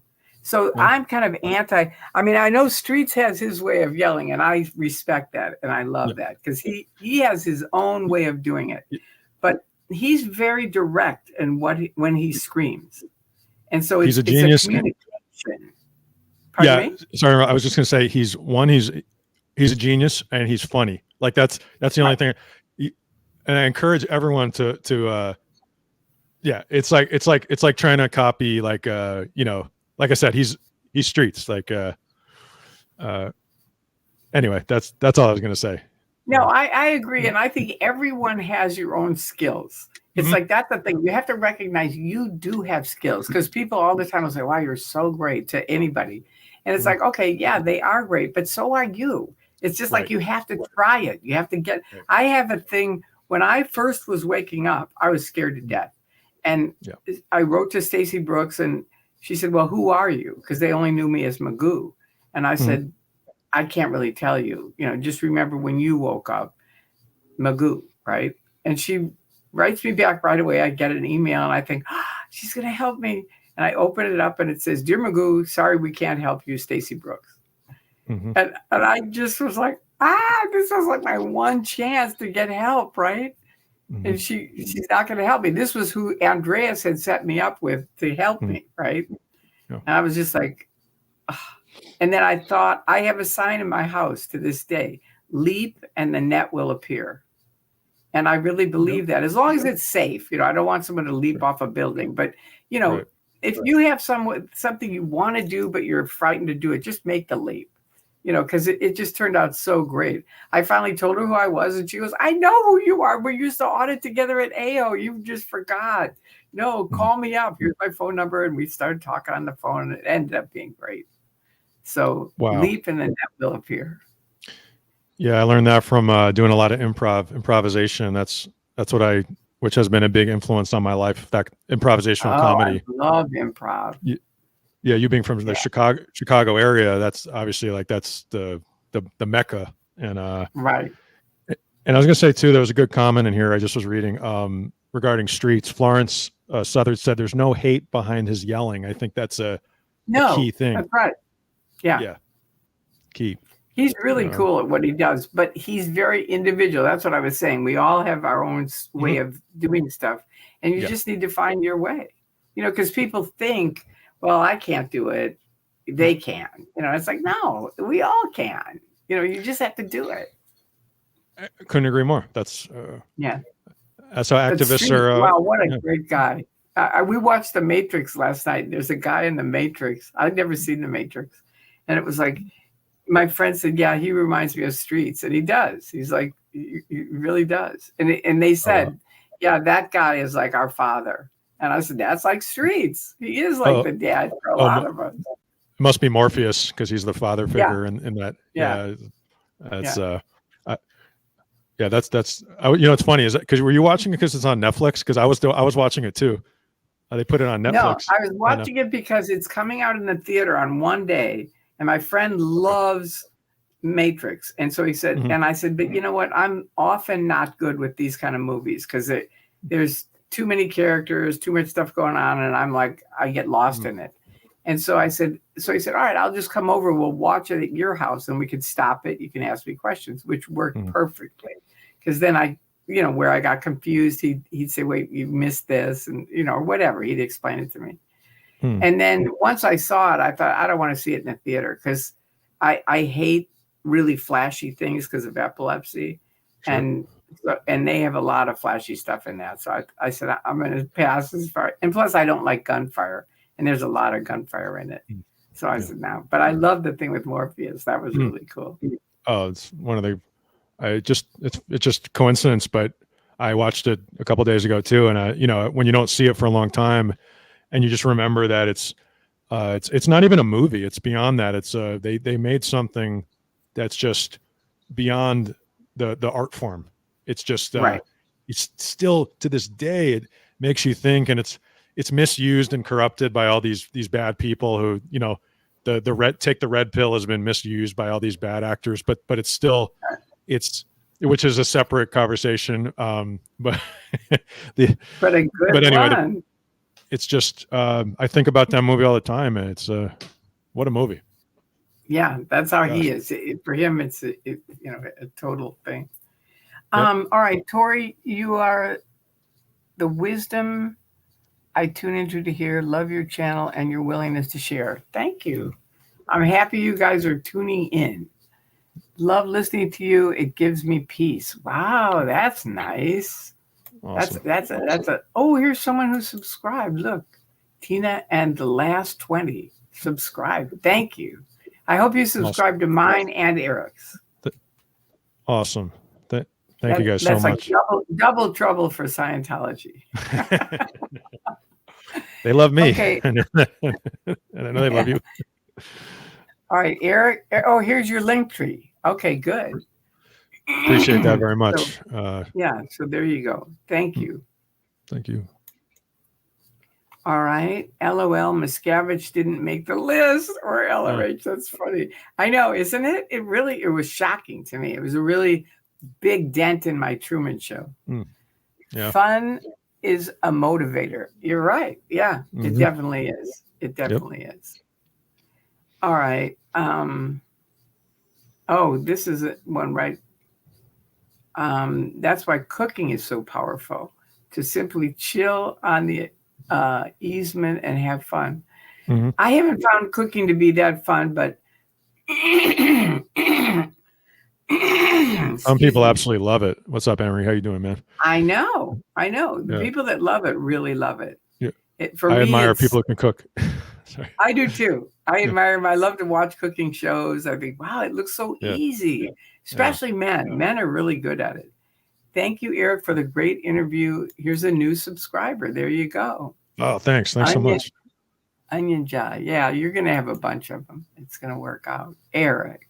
Nice. From Dave. Thanks, Dave. Appreciate that. All right. And this is from Witness. I think the protest style should be different. 1, preventing recruitment, and 2, getting Scientology who are in, out, need different types. Yeah, okay. Different. Everybody has what their attention is on. Like Street says, I don't care about getting people out. I just want to shut it down. And I thought, well, if he shuts it down, that's going to get them all out. So that's good with me. Yeah. And I was going to say something too on that. I think it's a good thing to say, I'm good for a little longer. And then I was just say this problem, you know all this already, obviously, and so do your listeners. It's only in the end going to be federal law enforcement and a prosecution that can really end this. And it's so disappointing that this is. I mean, like I said, in my last job, I've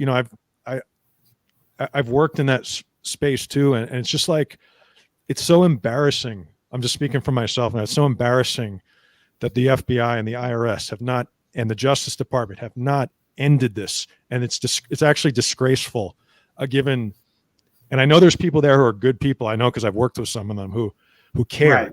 But I read through that recently that trafficking investigation from the FBI files from a couple years ago, and it's clear that those agents thought that this is a crime here. And I don't know what happened there, but that's all I wanted to say is this is why we have a system of justice, a criminal justice system. And it's so disgraceful that this is still going on. And there's people out there who are suffering. You got out. So many people haven't. And it's so embarrassing to me as an American that this is still happening.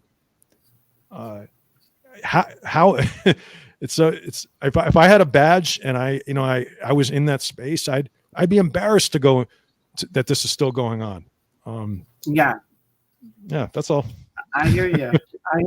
But I love Streets' thing, because he said he really thinks social media, and I do too. I agree with you about the federal thing, but whether it's ever going to happen or not, I think with the amount of pressure social media puts on it, that's why the more these interviews, the more people see them.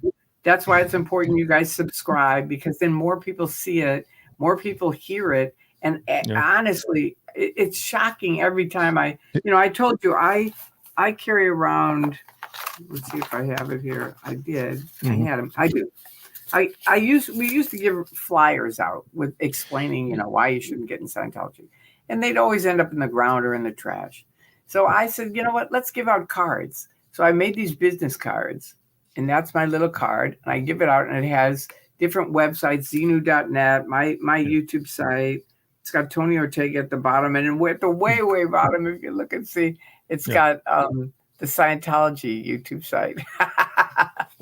So if they want to see it. But I give them out every single day. Every time I see a young person, a Hispanic, Latino, Latina, because my friend doesn't like me to say Hispanic, or a Black African American, or really anybody from any other country, but mostly those guys are what they're attacking the most. Like Miscavige just bought for $30 million the Spanish station. The TV station. Yeah. Yeah. So I always say, you know, I was in a cult, and they go, really? What cult? And I go, Scientology, Tom Cruise, John Travolta. You've probably heard of it. And they go, yeah. And I go, all right. So here's all the stuff they won't tell you. And I give them this card, and they go, really? Can I have it? And then if there's 3 people, they're all like, can I get one? And so I'm passing out these cards, and I go, put it in your wallet, because if your boss is a Scientologist, you could get fired over this. And they're like, really? And I go, yeah, they really have a dark side to them. So just study up on it, and, you know, but it's really good. It's a good way to promote. Absolutely. And they are dwindling dramatically. I mean, just dramatically. I couldn't. They're not going to get more people in the Sea Org, because nobody's going to sign a $1 billion-year contract. That's anymore. Yeah. No, I was just say. No. Go ahead. Finish your point. I'll make mine after. Well, just that, you know, they're dwindling, and we see. I videotape these people at night, and they're like these. I mean, I'm old. I'm 77 years old, but I still have energy. Do you know what I mean? These people are like old, and they're all bent over. You have a lot of energy. you have a lot of energy. No energy. They're just like, you know, they look like the Walking Dead. And this is every time I'm there, I see them, and I think, wow. So a lot of the younger generation obviously are not joining, because they watch the internet, learn, and they go, no, I'm not doing it. The internet, for all its problems, and this is an example of just something that, and I think, as someone who's been following this a long time, from this, you know, before I wrote about them, like we talked about, and I had seen everything in the websites and Going Clear, but I think personally, it was the Leah Remini show that put this over the top, where, like, because it just was in every household, and it was like a talk show, like, you know it exactly, like everybody saw that show and was like, even more than Going Clear, I think.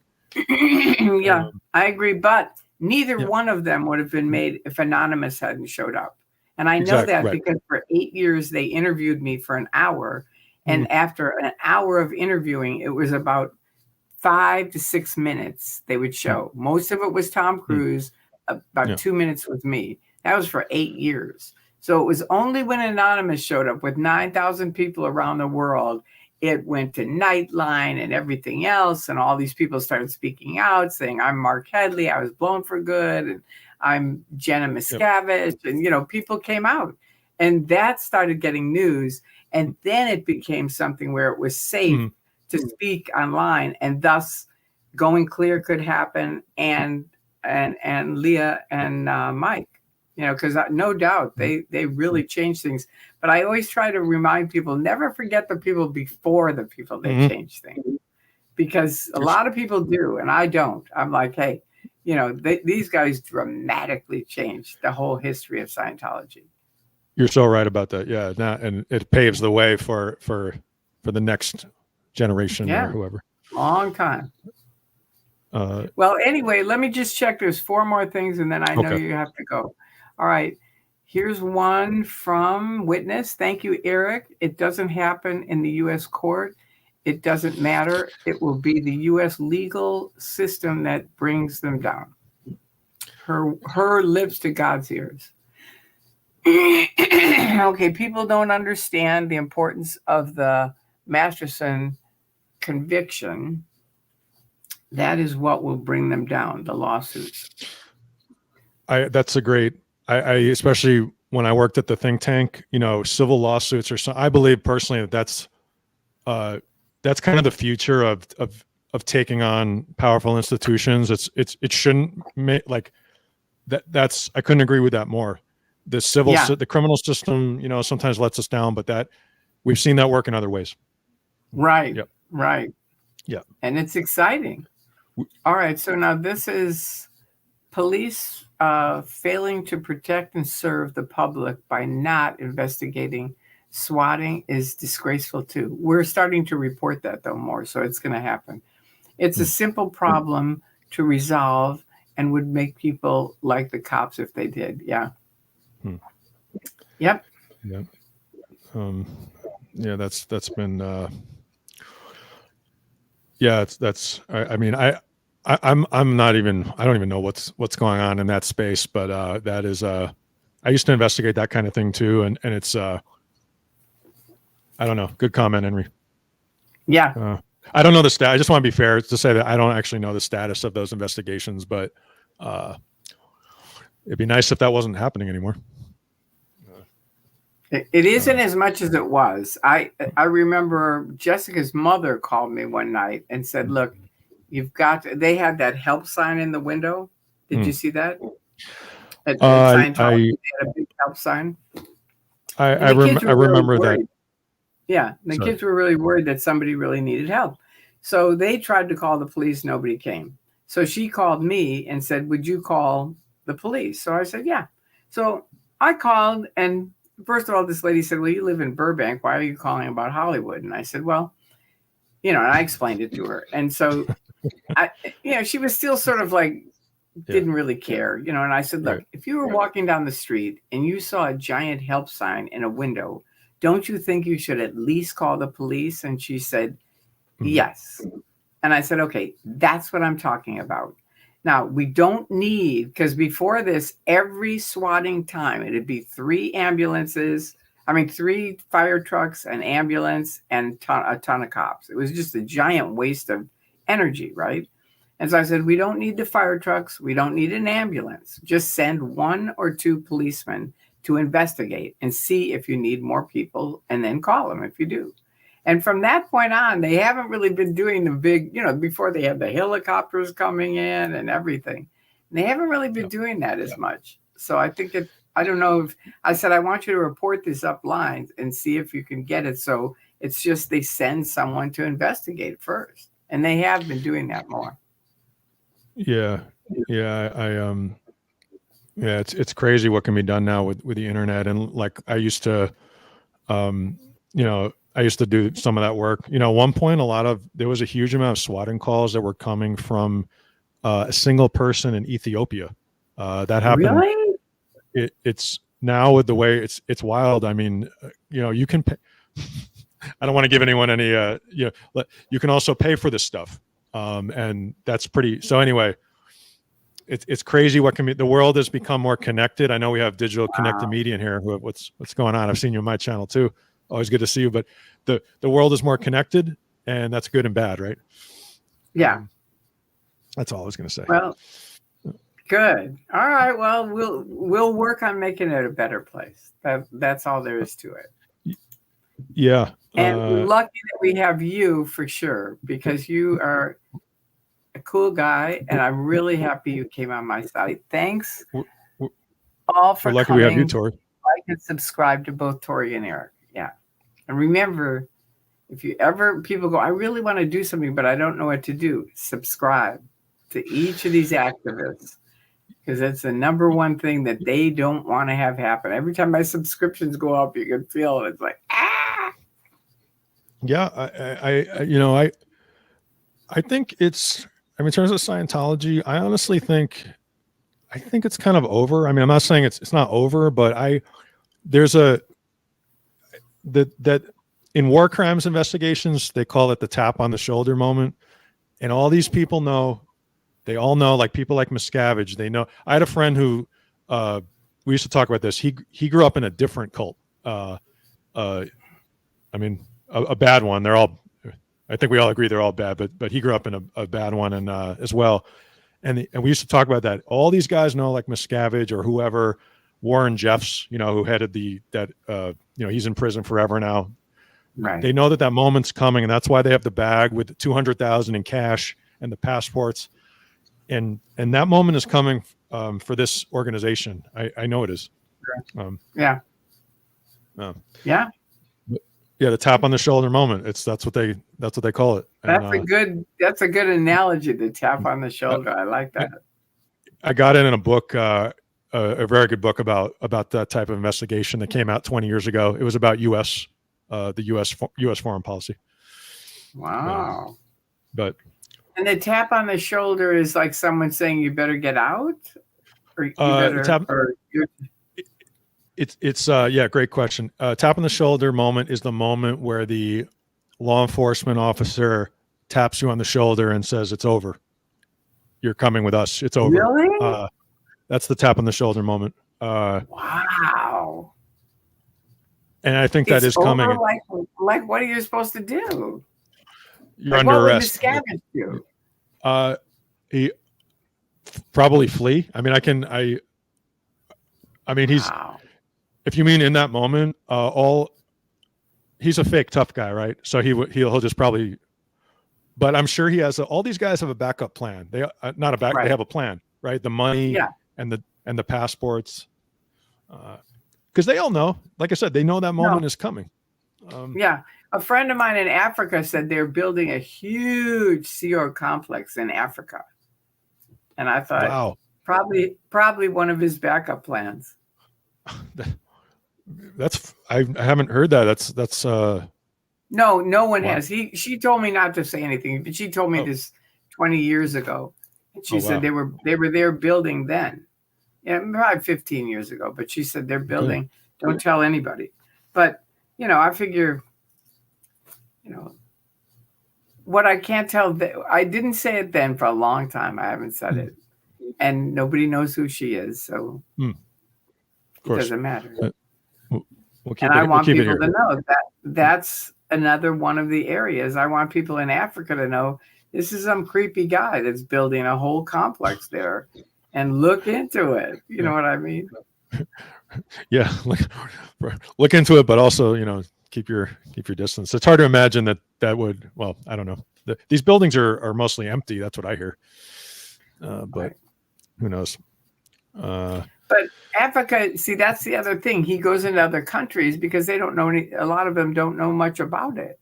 Yeah. And so it's sort of like, okay, that sounds good. Just like me at 22, it was like, well, that sounds good. I'll go there and be an auditor, Right. And if you haven't been keeping up with it, which we who are on the internet think, well, everybody's on it, but they're not. They're really not. I know for a fact a lot of Scientologists that are still in cannot read the internet. I mean, they can, but they self-censor themselves, so they're not going to read anything negative. Sure, because once you see that, once the doorway is open in your mind, like look what happened with once that happened to you, you were out. You're like, what am I doing? I don't need this. But it takes that moment. Yeah, it does. And that's the thing. A lot of people don't have access to that negativity. So they don't really believe that stuff happens. I didn't until they canceled the van at my front door going to LAX. I honestly still didn't think they don't really do that stuff. Yeah. And someone said tap on the shoulder of the IRS. Yeah, that's you really wish the leadership there would remember what the oath you took to the United States and get over the fear of what happened before and all that stuff, and do your job. That's the job you literally signed up for. And what Scientology did with me with the IRS, right? I'm not sure I do, to be honest. They asked me to go downtown to the IRS building and pass out these flyers. And they gave me a big stack of flyers. And so I went down there, and the flyers said, we'll give you $10,000 if you have any dirt on anybody in the IRS. And at the time, I was still really a true believer. So I thought, okay. So, I started passing them out. And I mean, the men were like, I literally was starting to fear for my life. And I'm not a fearful person, but it was like these guys hated me. I mean, you talk about hatred.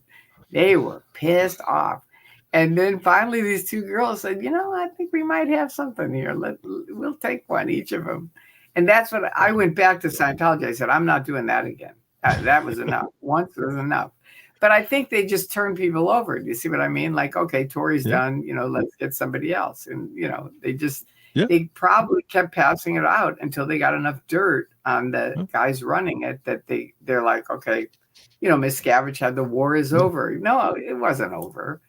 Not by any means. Not by any means, David Miscavige and Osa.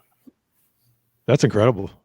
Yeah, I've been in a lot of shit. That's why when I finally got out, I went and saw Dan Leipold, who's an attorney against them. And he was very nice to me, right? And then I walked around the office and these ladies were just hateful of me. And I went back to Dan and I said, I don't get it. I mean, I left Scientology. I'm writing about all kinds of stuff that nobody knows. Why are these women so hateful of me? And he said, you know, Tori, I don't really think you know how many legal things your name is in. Because it was Tori Bazazian. It was my married name. But he said, you know, he listed out a bunch of things. And, you know, they just had sign here, we're going to handle this. Sign here, we're going to handle that. And it was just sort of like, okay. Wow. Because you're brainwashed that those things are bad. Yeah. So. Yeah, this is... It is what it is. Yeah, that's what it is. And thank God I'm out and speaking out. So thanks all for coming. Please like and subscribe to both Tori and Eric. All right. And this is, and Witness said, thank you, Eric and Tori. You're both doing great work. Thank you. Appreciate that. Thank you very much. I do. Yeah. Thank you for doing the interview. I really appreciate you doing it. I was supposed to have, I wish I could even, because I could definitely go for another couple of hours, but a work thing happened, and it's I'm bummed because I like we could just keep going, but we will keep going. Another one we can do a part 2. You know, we could do another time. Just like I'm going to do a part 2 on your channel, we could do a part 2. Now I know how to do it. This is the first time, Eric, in 4 years of trying to learn this. So thank you so much for teaching me. I can't tell you. It just really means a lot to me. Oh, no problem. My bill is coming in a couple. You know, I'm sending a Scientology type bill for services. No.